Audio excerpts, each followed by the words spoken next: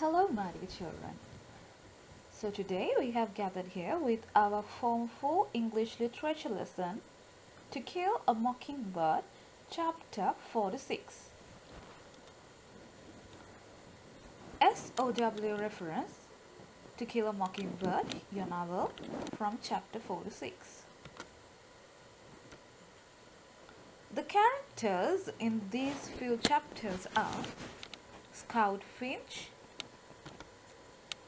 Jem, Dill, Atticus, Miss Maudie, Nathan Radley, and Miss Stephanie. So Miss Maudie and Miss Stephanie and Nathan are the neighbors of Scout, Jem, and Atticus. So Dill will be the friend who will be arriving for summer and will be leaving as well during these chapters. So this will be a picture of the knot hole of the tree that Nathan Bradley puts cement and closes because of the connection that they have with Boo Radley and the children. So when we are discussing about the chapters, you will know about this knot hole. The summary of chapter 4. The rest of the school year passes grimly for Scout, who endures a curriculum that moves too slowly and leaves her constantly frustrated in class. After school one day, she passes the Radley place and sees some tinfoil sticking out of the knothole in one of the Radley's oak trees. Scout reaches into the knothole and discovers 2 pieces of chewing gum. She chews both pieces and tells Jem about it. He panics and makes her spit it out.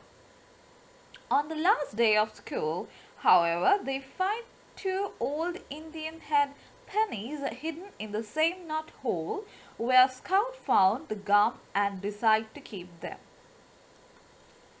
Summer comes at last, school ends, and Dill returns to Mako. He, Scout, and Jem begin their games again. The summer returns, so Dill comes again to the scenario. One of the first things they do is roll one another inside an old tire. On Scout's turn, she rolls in front of the Radley steps, and Jem and Scout panic. However, this incident gives Jem the idea for their next game. They will play Boo Radley. As the summer passes, their game becomes more complicated. So their only concern was what they found funny was to imitate Boo Radley. So this was already started by Dill, so Jem and Scout was joining him. So as the summer passes, their game becomes more complicated until they are acting out an entire Radley family melodrama. So they used to imitate the whole Radley family. So they were mocking them. Eventually, however, Atticus catches them and asks if their game has anything to do with the Radleys. Jem lies and Atticus goes back into the house. The kids wonder if it's safe to play their game anymore. So Atticus sees this and then he comes and questions. But they slip out from the question and then they say no, they are not mocking that family, they're just doing some other game. Anyway, when moving on to chapter 5, Jem and Dill grow closer and Scout begins to feel kind of left out of their friendship. As a result, she starts spending much of her time with one of their neighbors, Miss Maudie Atkinson, a widow with a talent for gardening and cake baking, who was a childhood friend of Atticus's brother, Jack. She tells Scout that Boo Radley is still alive, and it is her theory Boo is the victim of a harsh father who is now deceased, a foot washing Baptist, who believed that most people are going to hell. Miss Maudie adds that Boo was always polite and friendly as a child. She says that most of the rumors about him are false, but that if he wasn't crazy as a boy, he probably is by now. Meanwhile, Jem and Dill plan to give a note to Boo, inviting him out to get ice cream with them. They try to stick the note in the window of the Radley place with a fishing pole, but Atticus catches them and orders them to stop tormenting that man with either notes or by Boo Radley game. So in this chapter, the writer tries to show how the Scout and Maudie Atkinson relationship grows, and then Scout begins to know more about Boo Radley and the truth about Boo Radley, how he has become victimized in the Radley family and is being trapped inside a room. And then meanwhile, Atticus finds out what their game was, and then he instructs them not to continue with that. Let's move on to chapter 6.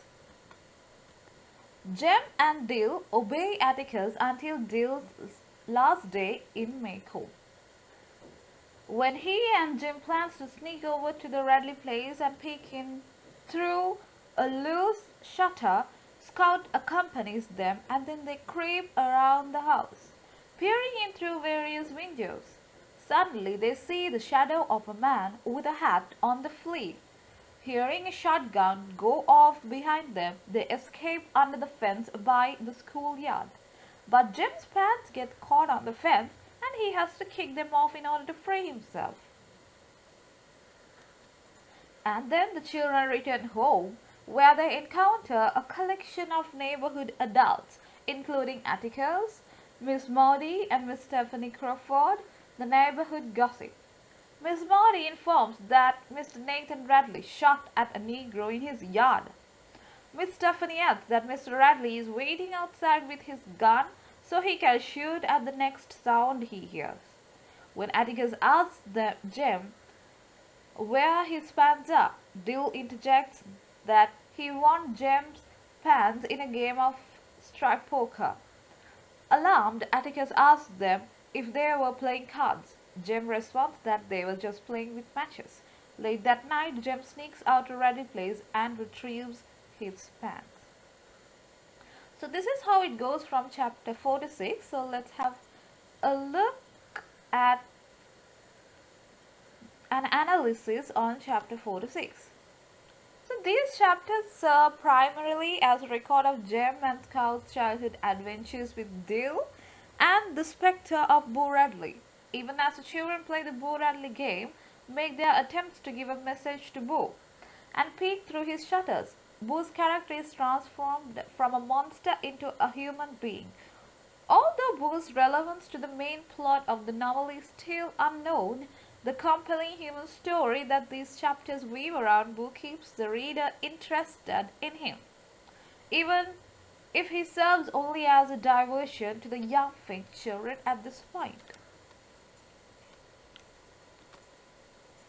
So Boo makes his presence felt in these chapters in a number of ways.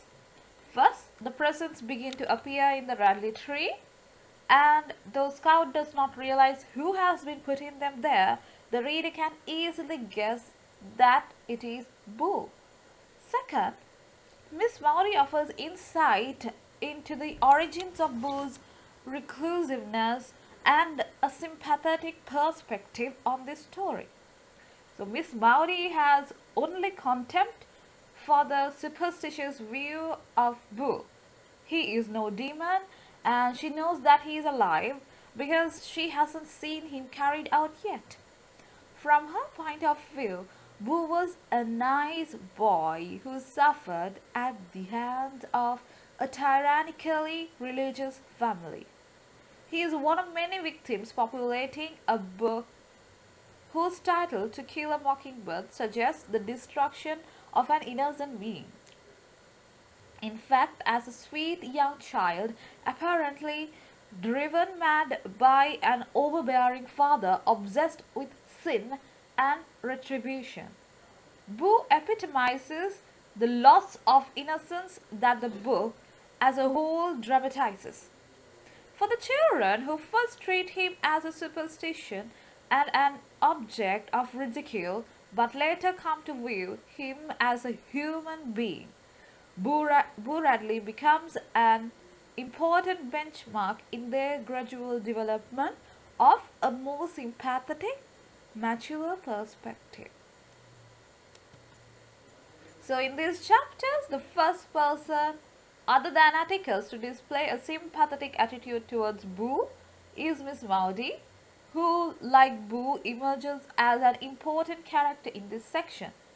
So Miss Maudie is one of the book's strongest, most resilient female characters.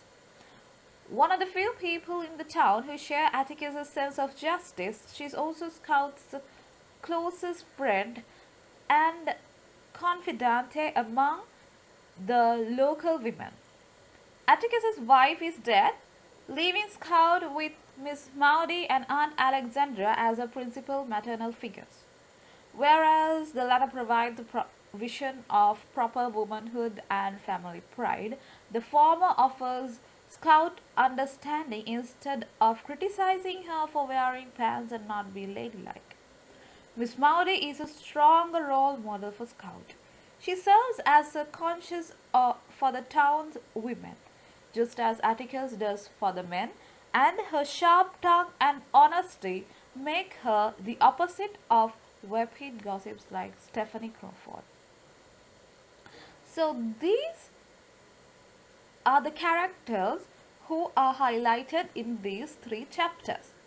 So we get to know more about Miss Maudie and Miss Stephanie Crawford, and the character Nathan Radley comes out in a very harsh manner by a shooting scene, and then they realizes more about Boo Radley, and they stop mocking about him and realizes that he is a good boy from a corrupted family. So that's it about these three chapters. I hope you all had a good time and you all learned something more and an interesting part about the novel through these three chapters. Thank you for listening. Have a great day.